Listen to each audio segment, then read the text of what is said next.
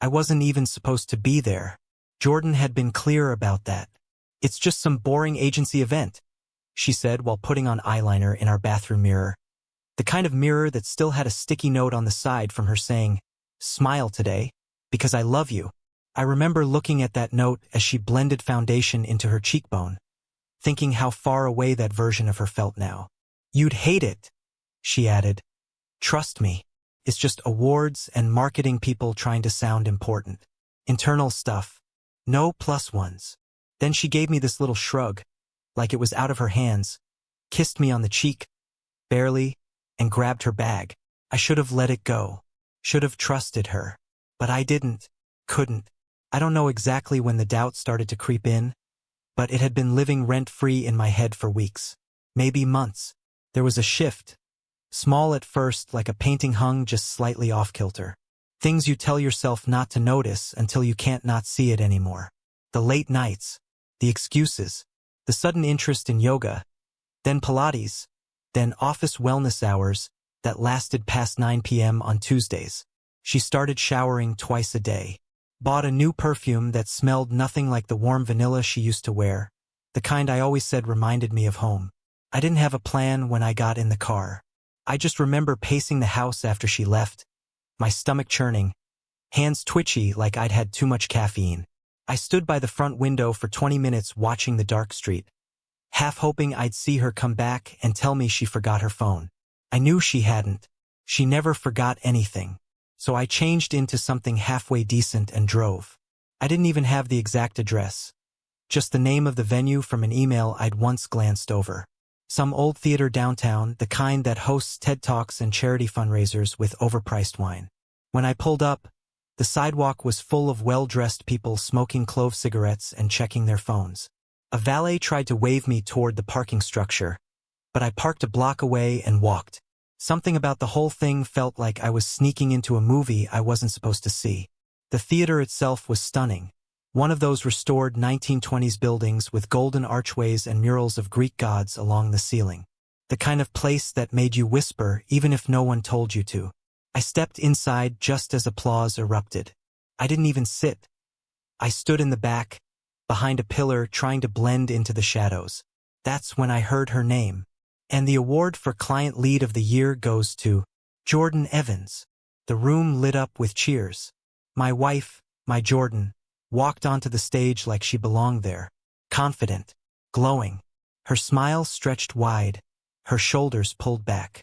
She was wearing a dress I'd never seen before. Sleek, navy, low cut in the back. Her hair done up in a way that looked both effortless and professional, the kind of look you pay someone to create. She took the mic and laughed. Then she said it. If it weren't for this job, I'd probably still be stuck with the mistake of my youth. The laughter was instant, loud. Even the host chuckled.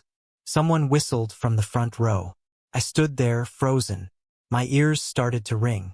I don't know how long I stared at her. Maybe 5 seconds, maybe a full minute, but it felt like forever. I wasn't sure I even heard it right at first. But I did. I knew what she meant. And even if I'd somehow misread it, the way she laughed after, like it was some inside joke she no longer felt the need to hide, that was enough. The mistake of her youth was me. And she'd said it like a punchline. I didn't wait for the rest of the speech. Didn't stay for the rest of the ceremony. I walked out before anyone could see me, before the stage lights went down. The echo of her voice was still ringing in my ears as I hit the sidewalk. Outside, the air was thick with ocean wind and distant traffic. The night was warm, but I felt cold. I don't even remember the drive home. I must have hit every red light and didn't notice a single one. My hands gripped the steering wheel like it was all that anchored me to the world. When I got home, I didn't turn on the lights. I sat in the living room with nothing but the soft hum of the refrigerator and the dull ache building in my chest. I didn't cry. Not yet. I just kept hearing it. Over and over. The mistake of my youth. It was like someone had hit pause on my entire life. That night, I laid awake on our bed. My bed. Staring at the ceiling fan slowly turning. Feeling like I was in a house I didn't recognize. The closet door hung open just enough that I could see her shoes lined up on the rack. Color-coded. The same shoes I used to trip over and joke about getting rid of. It wasn't the words that broke me. Not really. It was the ease with which she said them. Like I wasn't a person. Like I was a phase. An old pair of jeans she outgrew and didn't miss. Something to mock in a room full of strangers. And the worst part? No one questioned it. No one in that theater stood up and said, "Hey, what do you mean by that?" They laughed. They clapped. They looked at her like she was bold and hilarious. I used to love that about her, her wit, her fearlessness. But in that moment it felt cruel. That night didn't just change how I saw her, it rewrote how I saw our past. Our late-night diner runs. Our first apartment with the broken heater. The night we got engaged on that rickety bridge in Oregon because the beach was too windy. All those memories suddenly felt fragile, like glass ornaments someone had shattered when the lights were off. By sunrise, I hadn't slept a minute. But one thing was certain. Something in me had shifted. Quietly, completely. The version of me who still believed in us. He didn't make it through that night. In the days that followed the theater, I didn't confront Jordan. I didn't even bring it up. I played dumb. I went to work. I smiled at coworkers. I responded to her texts with thumbs-up emojis and, "Sounds good, babe." But inside, I was unraveling. Because the truth is, that speech didn't come out of nowhere. The signs were there, had been there, and I'd ignored every single one of them. I wanted to believe we were just going through a rough patch. People change, routines get stale, and Macy cools. That's marriage, right? But now, with fresh eyes, everything felt like evidence. First came the wedding ring. She stopped wearing it around January. I remember because I'd bought her a replacement band for Christmas. A thin platinum one with a small emerald in the middle, her birthstone. She cried when I gave it to her. Told me I was too good to her. By mid-February it was off. She claimed her fingers were swollen. "Hormones," she said, waving her hand like the topic bored her. I offered to get it resized, but she told me to leave it. "It's not a big deal," she said. "Why do you always make things a thing?" Then she started her digital detox. That phrase. I'd never even heard her use it before. One night, I opened her Instagram to show her a video of our dog chasing its tail. Something we used to laugh about together. And I noticed all our pictures were gone. Not hidden. Deleted. Every beach trip, every birthday dinner, every goofy selfie at the drive-through window gone. When I asked her about it, she gave a casual shrug. Just clearing out clutter. It was making me anxious. "Photos of us make you anxious?" I asked. "No," she said quickly. "I mean just in general. I needed a reset. Don't make it weird." So I didn't. I told myself people do that sometimes. Clean slates. Rebranding. Whatever the hell that means. But then came Aroma. It happened on a Wednesday night. She was curled up on the couch, scrolling her phone, when a call came in. The name flashed across the screen. Aroma. She stared at it for maybe half a second before hitting decline and flipping the phone over. I didn't say anything at first, but it sat with me. Something about that name didn't feel right. "Who's Aroma?" I asked casually. She hesitated. Just long enough. "Oh, it's a candle person," she said, avoiding eye contact. "They did this aromatherapy thing at work. I guess they want to sell us stuff now." "A candle person?" She laughed. "I know. So weird, right? People hustle anything these days." I nodded, said nothing, but my gut twisted. A few nights later, I found the red mark. We were brushing our teeth side by side. She turned to grab her face serum, and there it was on her neck, high up just behind her jawline. A small reddish bruise, like the kind you can only get from someone's mouth. "What's that?" I asked, nodding toward it. She touched it quickly. "Oh, that? God, I think it's from that wool scarf. I wore it all day yesterday." My skin freaked out. "You've worn that scarf all winter." "Yeah, well, maybe it's dirty. I don't know. Do you want to do the laundry?" I dropped it. What was I supposed to say? That looks like another man's lips? But from that point on, I was no longer observing, I was collecting. I started noticing little things. Tiny betrayals that, on their own, could mean nothing but together told a story. Her underwear changed. Jordan had always been a cotton and comfort kind of woman. Soft grays and pastels. But now I'd find new pairs tucked into the laundry. Black lace, red satin, little bows on the back. Not stuff I'd ever seen her wear around me. When I asked, she laughed it off. Oh, those? They were on sale. I figured I'd try something different. Maybe surprise you. She winked. Except she never wore them for me. Then, one morning while getting ready, I found a tie clip in our bathroom drawer. It was sleek and shiny, clearly new, with JW engraved on the underside. I held it in my hand for a long time. We didn't have a JW in our lives. I left it on the counter. Didn't even ask about it at first. Just waited to see if she'd notice. The next day it was gone. That night I brought it up. Hey, what happened to that tie clip? She barely paused. Oh, that? It was from work. A gift. One of the girls brought a bunch of joke gifts for everyone. Secret Santa style. JW? Must have been a very specific joke. She smirked. I think it was meant for Julie. I just grabbed the wrong one. Chill. The day before that, she had told me everyone on her team was a woman. Every single one. She wasn't even keeping her lies straight anymore. But here's the thing. I wanted to believe her. I still had this hope, this foolish, aching hope, that maybe I was just being paranoid.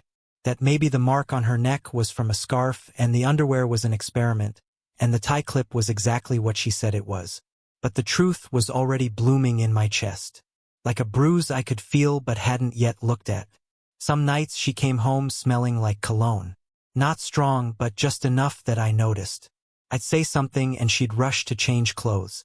Or she'd say, oh, right, that's probably from the Uber. The driver had something strong on, like peppery. Other times, she'd get quiet when I walked into the room. Close her laptop just a little too fast. She started locking her phone. Not with a fingerprint, with a passcode. That one hit harder than it should have. It was around this time I stopped sleeping well. I'd lie awake next to her, staring at the ceiling while she breathed evenly beside me. Her face looked peaceful in the dark.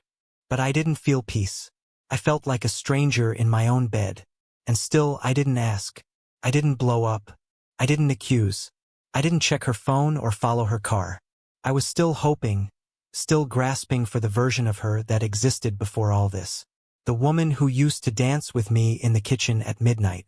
The woman who used to reach for my hand first. But that woman had been slipping away for months. And the one in her place didn't flinch when she lied. What scared me most wasn't the possibility that she was cheating. What scared me was that I didn't know her anymore. That I could lay beside someone every night and still have no idea who she was becoming. And the worst part? She seemed happy about it.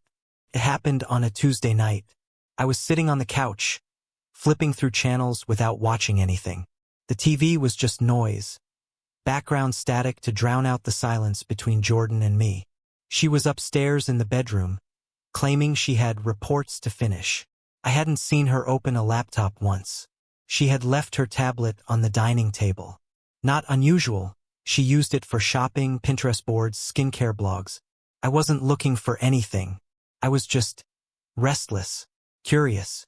Maybe part of me wanted to prove myself wrong. To finally find something benign and feel like the fool for doubting her. I tapped the screen. It lit up. She hadn't logged out. There it was, her email. Nothing suspicious at first.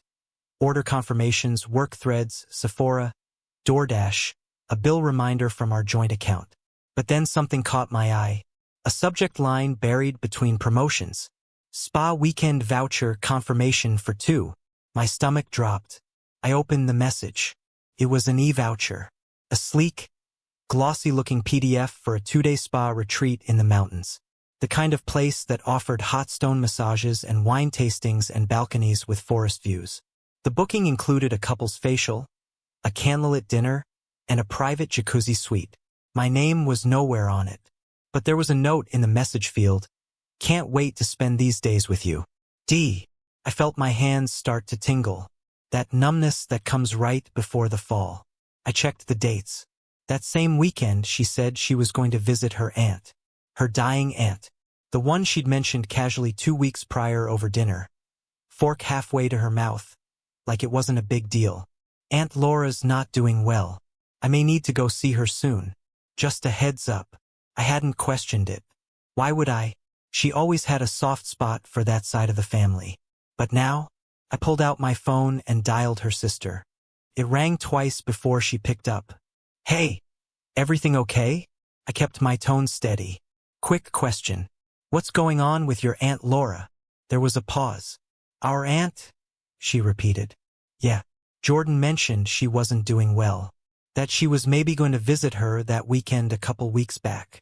Silence. Mark, Aunt Laura passed away 10 years ago. You were at the funeral. I didn't respond. Couldn't. I don't think Jordan's talked to anyone on that side in forever, she added. Right? I said quietly. Thanks. I hung up, and in that moment, everything snapped into place. The missing ring, the social media wipe, the fake candle call, the mark on her neck, the sudden taste in delicate underwear, the tie clip, the spa voucher, the lies, the laugh at my expense in a room full of strangers. I wasn't crazy. I wasn't paranoid. I was being replaced, and she hadn't even bothered to hide it well. I sat there for maybe an hour, the glow of the tablet still open in my lap. I didn't cry, didn't rage. My chest didn't explode. It just hollowed out. I stood up, walked into the hallway, and changed the door code. We had a smart lock, the kind you could reprogram from your phone. I set it to something new, something she wouldn't guess. Then I went into the bedroom. She wasn't there. Probably in the bathroom or maybe pretending to be on a Zoom call. I opened the closet and pulled out a suitcase. The big one she always used for work trips. I began packing. I didn't throw things. I didn't mess anything up. I folded her sweaters, zipped her dresses into the garment bag, paired her heels and tucked them into the side pockets. I packed like I was sending someone off on a long vacation. Only this time she wasn't coming back. When I finished, I carried it all to the garage and lined it up neatly against the wall. Her suitcase, her duffel, a tote bag with her cosmetics. I even included the extra charger she always forgot. And then I waited. When she came downstairs an hour later, I was sitting on the couch again. Calm. Phone in hand. She didn't even look up. I'm starving. Want to order something? I looked at her. Just looked. She tilted her head. What? I opened your email. The smile dropped. What are you talking about? You left the tablet unlocked. The spa retreat confirmation came through. She blinked. Just once. Then came the performance. Oh my God, Mark. I was going to tell you. No, you weren't. Yes, I. Stop. My voice was low. Even. Cold. Her mouth closed. There's no dying aunt, I said. There never was. She opened her mouth, then closed it again. Her throat bobbed. I changed the locks, I continued. Your things are in the garage. You can get them in the morning. You're kicking me out? She said, incredulous. I nodded. You're acting like a psycho, she snapped. It was a trip. It's not what you think. You used our joint account. That shut her up for a second. I stood, walked to the doorway and held it open. You don't live here anymore, Jordan. You're being dramatic. No, I said. I'm finally being honest. She didn't move, just stood there in her expensive loungewear, blinking rapidly. You're blowing this way out of proportion. I laughed once. Sharp, bitter. You told a room full of people I was the mistake of your youth. That was the only honest thing you've said in months. But here's the thing, Jordan, mistakes don't stay. They leave. I walked upstairs, leaving her in the living room, stunned. She pounded on the bedroom door once, twice, then nothing. Eventually, I heard her leave. I stayed up the whole night staring out our window. My window. The house suddenly felt quieter, clearer, like someone had opened a window after years of stale air. The next morning, she texted me, "You're acting insane." I was just joking. You imagined all this. And just like that, she turned from liar to gaslighter. I stared at the message for a long time, then deleted it without replying. I didn't need her explanations anymore. Later that afternoon, someone knocked on the door. It was Sam, Jordan's old friend. The same woman who had stood beside us at our wedding, holding the bouquet while we exchanged vows. Her face looked tired. "I saw you at the awards," she said softly. "I wasn't supposed to say anything, but I have to." I said nothing. Just let her speak. "She's been lying to everyone. For weeks, maybe longer. She's telling people you were controlling, that you smothered her, that she needed to escape." I stared. "She's been seeing someone at work. Not officially, but emotionally at least. It's been going on for a month. Maybe more." I didn't ask who. I didn't want to know. "She told someone at the office. I want to start over. He's in the way." That one hit like a slow burn. Not a punch, something worse. Something that lingers. Sam paused. "I'm sorry. I know this doesn't help. But you deserved to know the truth." I nodded. She left, and I stood there in the doorway for a long, long time. I didn't yell. I didn't scream. I didn't even cry. I just breathed. Because now there was no question, no doubt, no fantasy that maybe it wasn't what it looked like. The truth was brutal, but it was clean. And in its coldness, I found something that looked a little bit like peace. She came back the next morning. I was in the kitchen, sipping coffee I couldn't taste, staring at the garage door like I'd summoned her by thinking too hard. I heard her try the keypad. Once, twice, then again. The mechanical click never came. I changed the code the night before. That's when she knocked. Loud, impatient, like she still had a claim to something here. I didn't open it fully, just unlatched the deadbolt, cracked it enough to talk, and left the chain in place. She looked different, not composed like usual, not corporate chic or polished. Her hair was pulled into a messy bun. No makeup, sweatshirt way too big for her frame. She looked more like the girl I first met than the woman who'd stood on stage and erased me with a punchline. But it was too late. "Your things are in the garage," I said calmly. "The mistake you talked about? He's not here anymore." "Mark, wait. I'm not doing this with you," I cut in. "Please," she begged, leaning into the doorframe. That comment, I was nervous. I didn't even know what I was saying. It was a joke. Not even about you. My hands clenched the doorframe. "Don't insult me like that." She rolled her eyes. "God. You always twist everything." There it was. The turn. I saw it happen in real time, her face hardening, voice sharpening. The guilt faded, replaced by the version of her that needed control. "You're seriously doing all this over a spa weekend?" She scoffed. "You think you've never lied to me before? What, now you're some kind of moral saint?" "You lied about a dead aunt," I said flatly. Her mouth opened, but nothing came out. "And you used our money to take him somewhere we'd planned to go for our anniversary last year." That silenced her for a beat. Just one. I didn't mean for it to go that far. I didn't flinch. It did go that far. She reached for the door. "Can I just come in? Please, let's talk like adults." I shook my head. "You lost that privilege when you made me into a punchline." She didn't respond, just stood there, frozen. Then she pivoted again. "You're being insane, Mark. You imagined half of this. You've always been dramatic." She wasn't trying to fix it anymore. She was trying to control the story. Later that afternoon, she sent a string of texts. "I need my blazer from the closet. This is childish. You're going to regret this. We were just talking. Nothing happened. You think I'm the only one who's ever lied? Fine. If this is how you want to end things, you'll get it."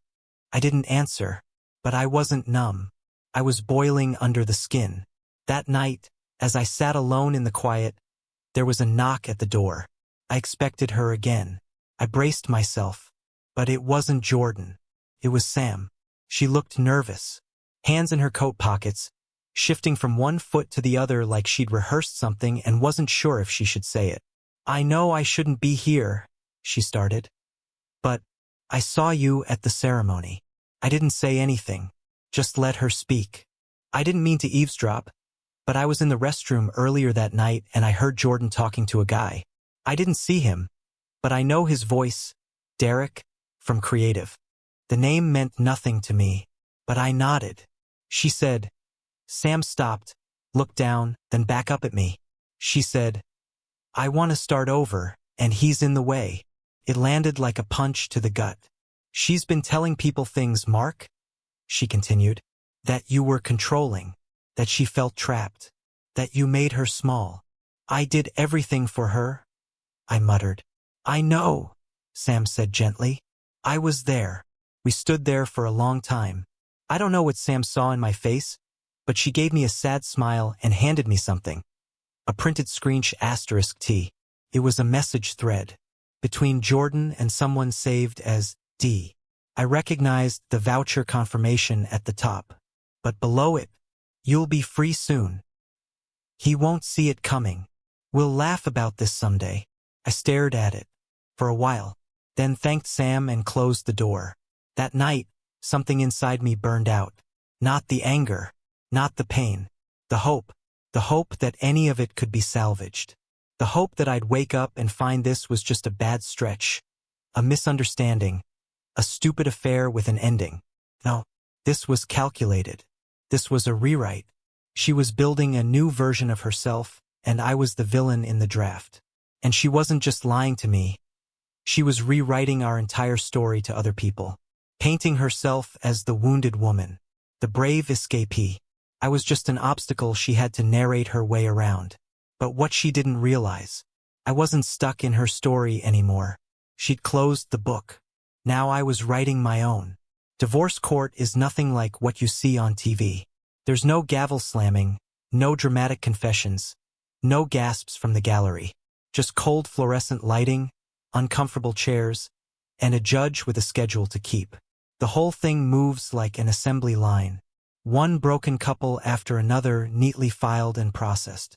But nothing prepared me for the way she walked in. Jordan didn't look like a woman who'd been caught lying. She looked polished, innocent, even delicate.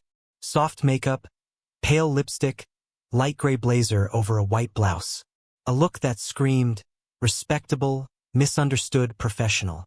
Not manipulative wife who used our joint account to fund a secret affair. She didn't look at me once, just sat next to her lawyer, crossed her legs, and took a slow sip from her metal water bottle. Meanwhile, I was sitting across the aisle, fists clenched under the table, doing everything in my power to keep my face neutral. Her side opened first. Her lawyer, some overgroomed guy with cufflinks and a smug smile, painted a picture I barely recognized. Mrs. Evans, he said, has experienced emotional hardship in this marriage. She has felt stifled, isolated, and dismissed. Mr. Evans presented a controlling environment. Our client seeks an equitable division of assets, including the shared home and joint savings account, in addition to temporary support. Support. She wanted spousal support. It was so surreal I almost laughed.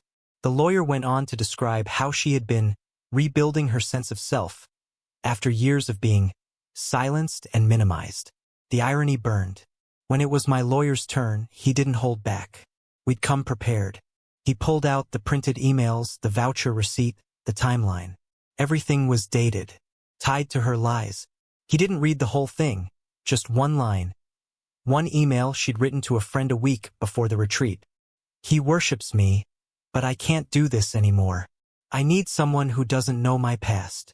That line hung in the courtroom like a noose.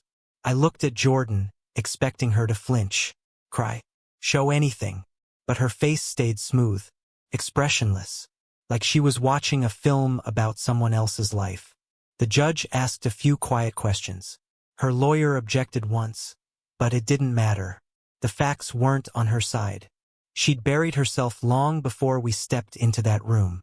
Still, she played the victim like a pro. When asked directly about the trip, she looked down, voice trembling ever so slightly. It was a mistake, she said. A lapse in judgment. But I felt like I had no space left in my own home. I wanted to stand up and scream. You had space. You had everything. But I stayed seated, silent, let her keep digging. Eventually, The judge ruled for a temporary freeze on half the assets until the final agreement was negotiated. Standard procedure. No fireworks. No closure. Just paperwork and signatures. Outside the courtroom, she walked right past me. But then she stopped, glanced over her shoulder. "Can we talk?" she asked quietly. I should have said no, but part of me wanted to see what lie she'd try next. We stepped into a hallway lined with windows. The light was too bright. I could see the faint shadow of the ring mark on her finger. Faded, but still there. She didn't wait. "I didn't mean to destroy you," she said, voice barely above a whisper. "I just didn't want to lose everything." I stared at her. "You already did. You just haven't realized it yet." Her eyes darted away, blinking fast. She nodded slowly, but she wasn't really agreeing. She was stalling, looking for a crack in my armor. "It wasn't about love," she said. "It was about needing to breathe. I felt like I was suffocating in the life we had. Like I couldn't be myself." I tilted my head. "And yourself is who? The woman who lies, cheats, and smiles through it all?" "That's not fair," she said, flinching for the first time. "Neither was what you did," I said. She exhaled sharply, like my words had knocked the wind out of her. But there was no apology coming. No ownership. What I saw instead was fear. Not grief. Not regret. Just fear. Of losing control. Of not being able to spin the story the way she wanted. Of becoming the villain in someone else's narrative for once. "I didn't want to hurt you," she whispered. "You didn't want to get caught." Her silence confirmed what I already knew. I wasn't talking to my wife anymore. I was talking to a woman who had outgrown me, and hated that I didn't quietly disappear to make room for her next chapter. That's when I realized this was never about me. It never had been. She didn't want a partner. She wanted an audience. And when I stopped clapping, she found someone else to stand in the front row. The conversation ended without ceremony. She gave a small nod, like we'd settled something. Then she turned and walked away, and I let her go. I stepped back into the elevator alone, watching the numbers tick down, and felt something strange settle in my chest.